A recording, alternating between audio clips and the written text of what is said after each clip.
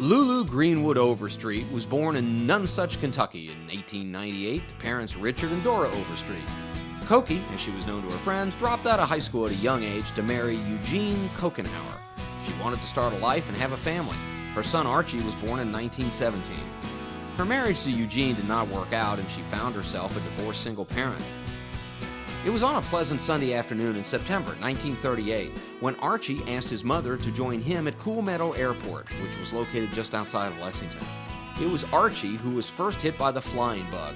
He had gotten Cokie's blessing to take flying lessons and had, by age 20, received his pilot's certificate. Once they arrived at the airport, Archie said, "Mother, why don't you take up flying? I really believe you'd like it." Cokie always had trouble getting Archie to attend Sunday school, so she said, "All right, son, I'll do it if you'll go with me to church next Sunday." He agreed, and Cokie took her first flying lesson that day, and her aviation career began. Flying became her love and passion. Not content with just receiving the basic pilot ratings, she pursued training to receive her commercial and instructor's rating. Archie joined the Army Air Corps and was stationed at Brooksfield in San Antonio, Texas to receive flight training. He graduated in 1941 and Cokie flew to Texas to attend the ceremony. In doing so, she became the second woman ever to be permitted to land on an Army airfield, the first being Ann Lindbergh 10 years earlier. She was also given the honor of pinning the wings on Archie, a first for an American woman.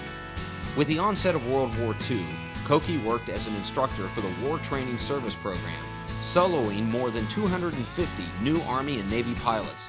She was even featured in several Fox Movietone newsreels showing how the mother of a serviceman was doing her part to help win the war. Although Cokie was considered a safe pilot, her flying career did have some exciting moments. During a demonstration flight at Cool Meadow Airport, she landed in a rather unexpected location.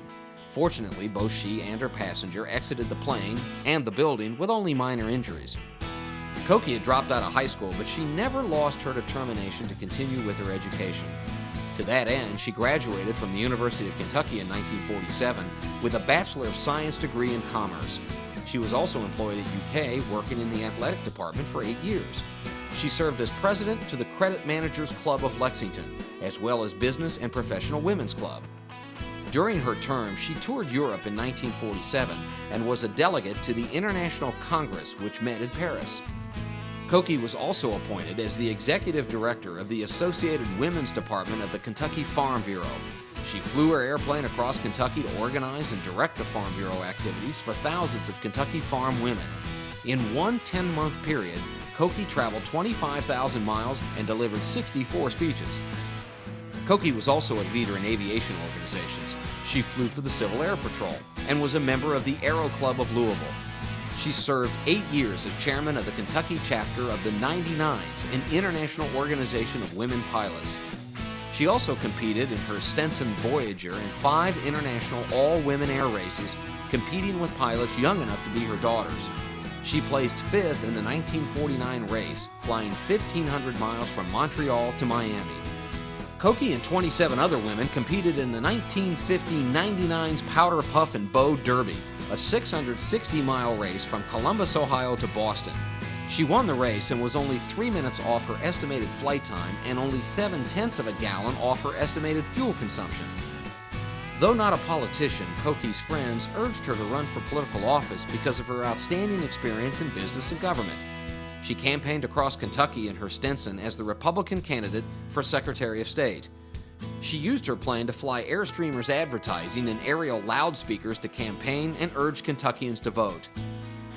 She lost her first bid for election in November 1951.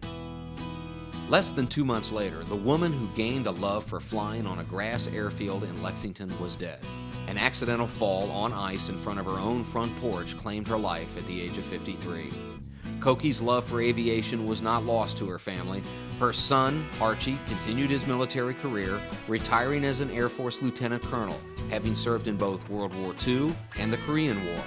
One grandson is a retired U.S. Army lieutenant colonel and master aviator who flew 2 tours in Vietnam. Another grandson has spent the last few years restoring a Stetson Voyager 150, identical to Cokie's airplane, which he still flies on a regular basis. Cokie's oldest granddaughter retired from Eastern Airlines as a flight attendant. It is therefore fitting that Cokie Greenwood Overstreet Cocanougher, a woman whose love for aviation was a model for all that knew her, be enshrined into the official Aviation Hall of Fame of the Commonwealth of Kentucky.